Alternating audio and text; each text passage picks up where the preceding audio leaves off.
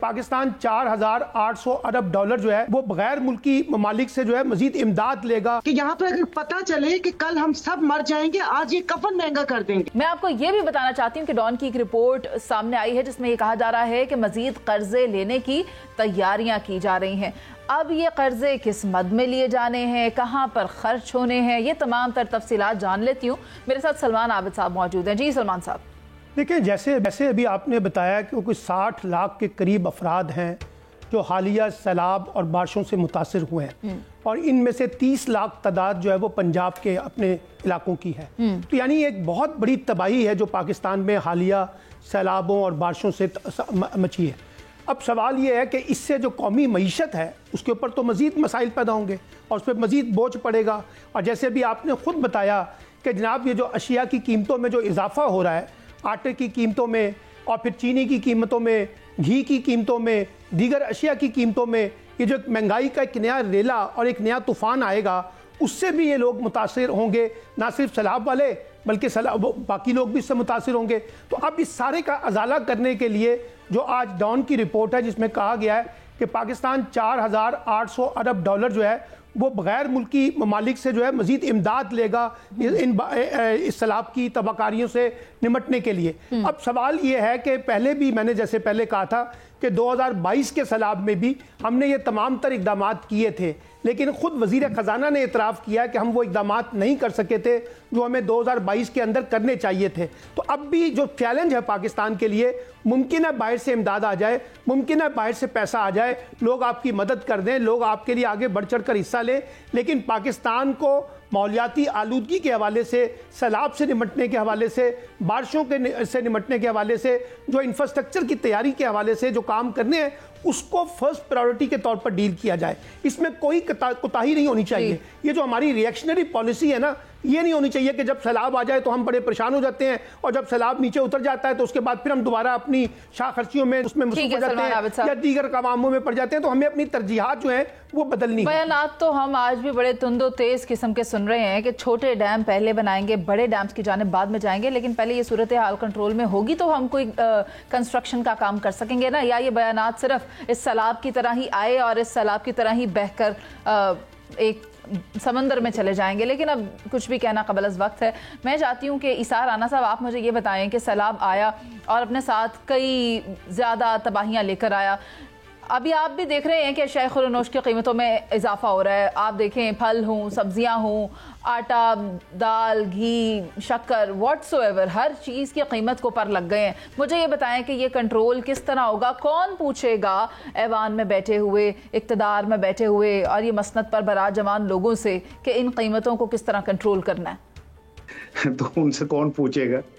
और फिर लतीफ़ा यह है कि शादरा में जो घर अभी पानी में डूबे हुए उन्हें परसों वो आ गए हैं प्रॉपर्टी टैक्स के नोटिसेस। अंदाजा करें आप, वो अंधे हैं प्रॉपर्टी टैक्स वाले जो ऊपर बैठे हुए लोग हैं, वो कहीं यरूशलेम में बैठे हुए हैं, कहीं दिल्ली में बैठे हैं कि उन्हें ये पता है कि शादरा के अंदर सैलाब है, घर डूब रहे हैं और उन्हें प्रॉपर्टी टैक्स भेज दिया। 3-3 मरले के घर वालों को 8-8, 10-10 हज़ार रुपए के टैक्स। ऊपर जो लोग बैठे हैं, आपको ये क्यों नहीं समझ आ रही कि उनका हमसे बराह रास्त कोई ताल्लुक नहीं है।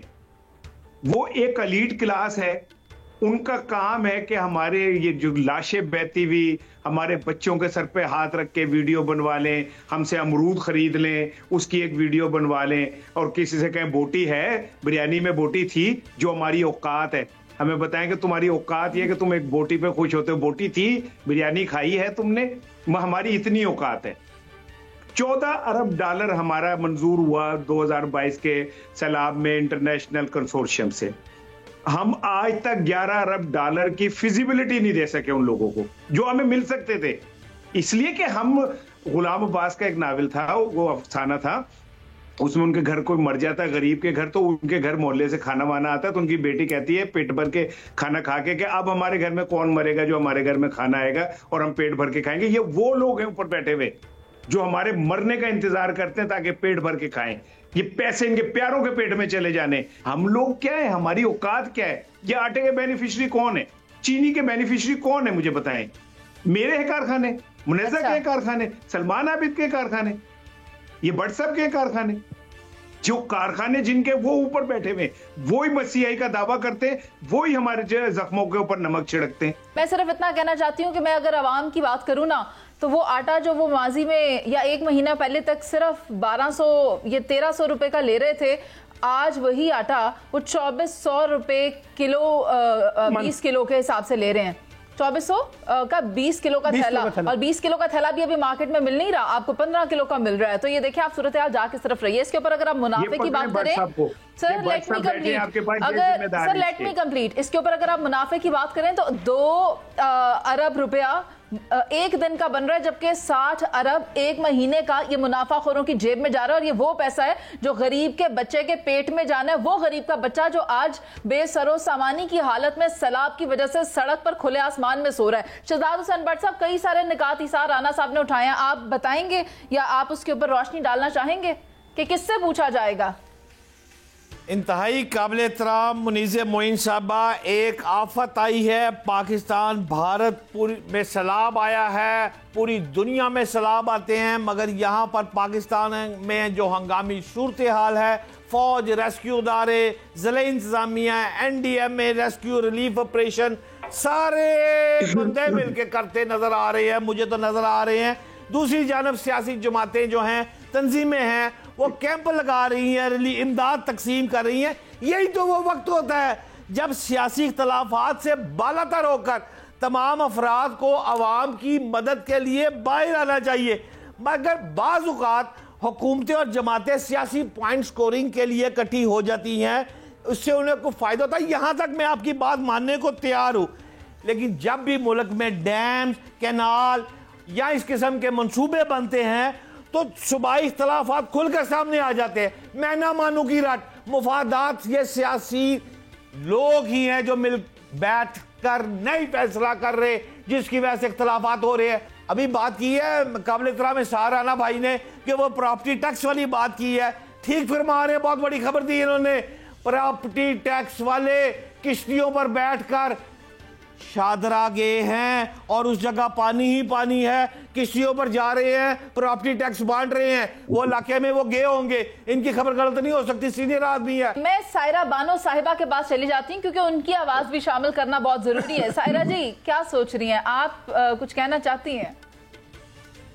क्या सोच रही हूँ, जिस वक्त आपने थोड़ा सा इस सेगमेंट के बारे में बताया तो मैं सोच रही थी कि आज हम वो कहते हैं ना कि जश्न ईद मिलादुन नबी जोशो खरोश से मना रहे हैं, और फिर उसके बाद आपने बड़ी खूबसूरत बात कही थी जब वो सेगमेंट खत्म हुआ था कि वो तमाम जो वो कहते हैं ना कि सीरतुन नबी हैं, वो हमें अपनी जिंदगियों में शामिल करने की जरूरत है कि जो जो हमारे हुजूर सल्लल्लाहु अलैहि वसल्लम नबी और आखिर ज़मान की जो उसकी रविश पे चलने की जरूरत है।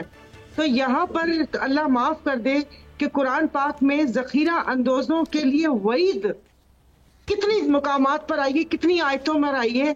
जखीरा अंदोज हमारे यहाँ मुनाफा खोर, सूद खोर, क्या क्या मैं आपको बोलूं कि यहाँ पर वो कहते हैं ना कि यहाँ पर अगर पता चले कि कल हम सब मर जाएंगे, आज ये कफन महंगा कर देंगे, आज ये कफन महंगा कर देंगे।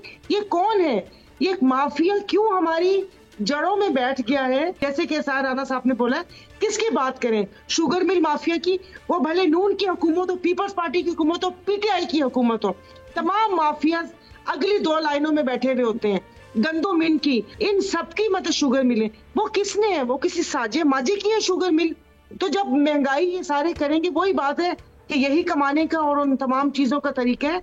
दूसरा बट साहब, वो कुदरती आफात आती हैं, कोई आप और हम कोई जंगल या पहाड़ों में नहीं बैठे हुए कि बारिश आ गई, सारी चीजें रुड़ के साढ़े उत्ते आ गई हैं। हम एक सिविलाइज कंट्री में हैं, यहाँ पर जो हुक्मरान बैठे हुए हैं उनका काम है कि ये तमाम वो कहते हैं ना कि इन चीजों को देखना।